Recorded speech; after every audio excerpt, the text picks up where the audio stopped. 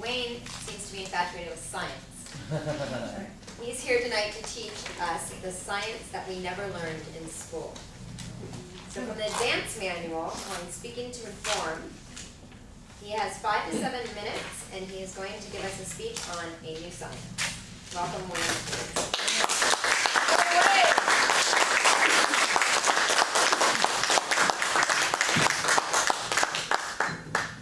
Edwin Hubble, for which the Hubble telescope is named after, once said, "Equipped with his 5 senses, man explores the world around him and calls the adventure science." Madam Toastmaster, fellow Toastmasters, and most welcome guests, when we're young, we're naturally scientists. Little kids run around asking lots of questions. Why this and why that? And they're never satisfied with the answers. They always want hard evidence. Then we go on to school. That's when everything goes wrong. Our teachers start with facts and figures. How many electrons spin around oxygen? What is the rate of a falling body? Etc., etc. However, that is not science. Those facts and figures are merely the results of science. Saying that 9.8 meters a second squared, the rate at which an object drops, is science, is like saying your cell phone is science. It's not. It's the product of doing science. Much like those results, those facts and figures, are the outcome of the tool of science. But what is science? Science is more than those facts and figures, a tool. It is more than a tool, a means of looking at the world. It's a perspective, a way of thinking. How do we think that way? Quite simply, we ask lots of questions, we test for answers, and we use the results of those tests, the evidence, to derive our results, to complete our answers. All of you are going to say to me, "Well, that sounds nice, Wayne, but how do we apply that to every day in our lives?" We understand it with respect to what our teachers taught us, but not with the common stuff. So tonight, I'm going to share with you ways, just by giving you a demonstration, right here in Toastmasters.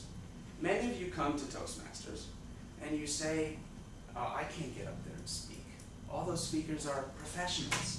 There's no way I'm getting up there." Hold on a second. How do you know they're professionals? Your emotions are overtaking. Let's test for those results. Let's actually do that right now.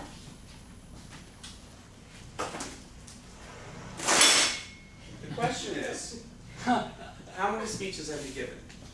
Raise your hand if you've never spoken once. There's one.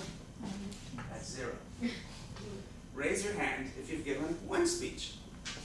1, 2, 3, 4. 3 and a shy 4th. 2 speeches. Raise your hands. 1, 2, 3.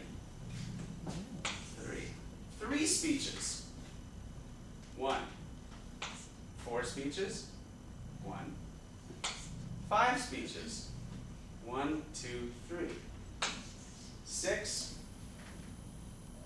0. 7.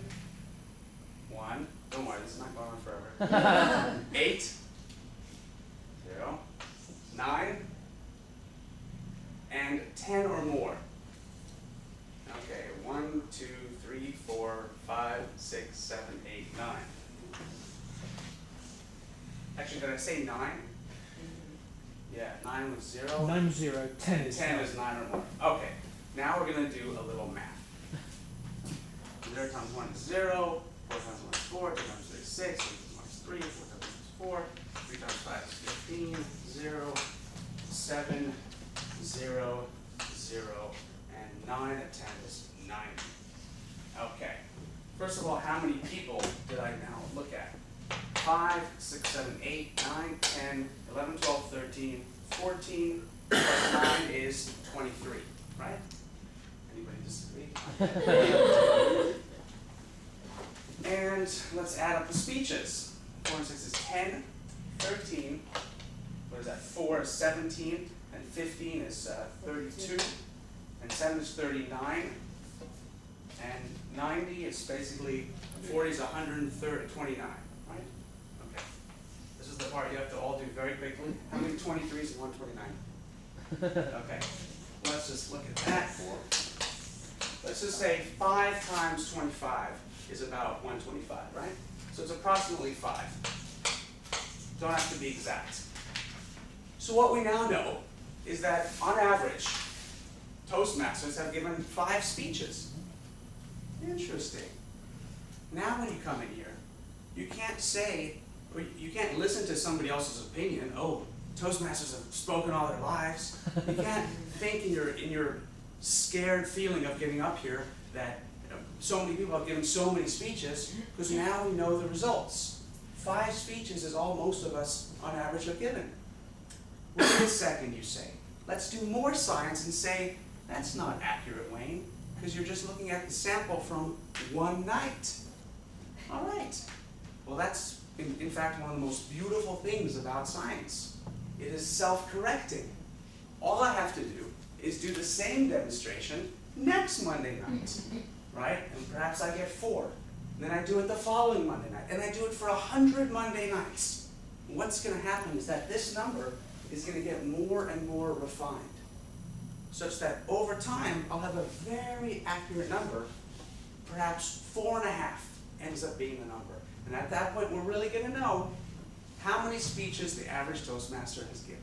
Maybe we'll put that on the website, et cetera, et cetera. And at that point, people can come in here and feel more comfortable.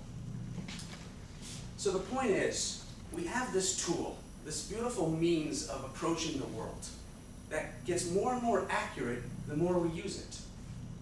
So when I'm going to look to you all and say, what we should do with our lives, what you should do with your lives, is implement this more often. Use it wherever you can, because it tells us the best results. In fact, I can't say it any better than Carl Sagan, a famous astronomer, once said, science is the means by which deep insights can be distinguished from deep nonsense. Mr.